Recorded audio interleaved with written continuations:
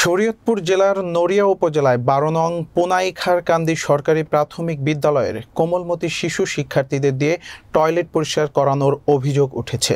শরীয়তপুর জেলা প্রতিনিধি জুয়েল মিয়ার প্রতিবেদনে থাকছে বিস্তারিত।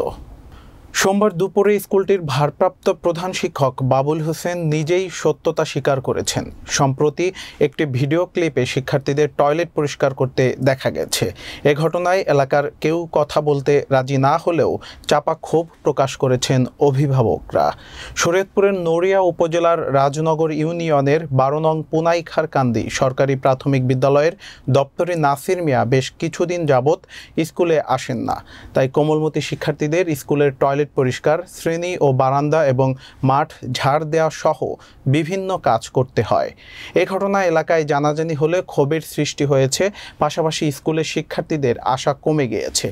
স্কুলের ১৫২ জন শিক্ষার্থী থাকলেও উপস্থিতি ৩০ থেকে ৪০ জন। তবে বিভিন্ন কারণে অনেকেই কথা বলতে রাজি হয়নি। তবে বিষয়টি শিক্ষকরা তেমন গুরুত্ব না দিলেও শিক্ষা কর্মকর্তা এ বিষয়ে খোঁজ নিয়ে ব্যবস্থা গ্রহণের আশ্বাস দিয়েছেন। তানিয়া আক্তার, সভাপতি, ম্যানেজিং কমিটি, ১২ নং পোনাইখারকান্দি সরকারি প্রাথমিক বিদ্যালয়, নড়িয়া, শরীয়তপুর। বিষয়টি আপনার মাধ্যমে জানলাম। খবর নিয়ে ব্যবস্থা গ্রহণ করব।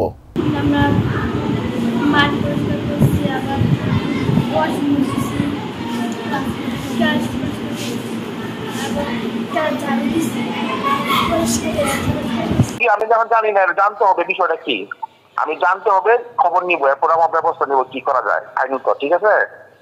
জানি আমার মেয়ে ছোট, আর আমি জিজ্ঞেস করছি কি আম্মু আমাদের ঝাড়ু দেওয়া, এটা আমি কিছু বলো নাই যে আমার আম্মুর কাছে যায় বলে দিন, স্বাস্থ্য বাইরে তো যাইছে যে নির্বাচনের আগের দিন। পরিষ্কার করি,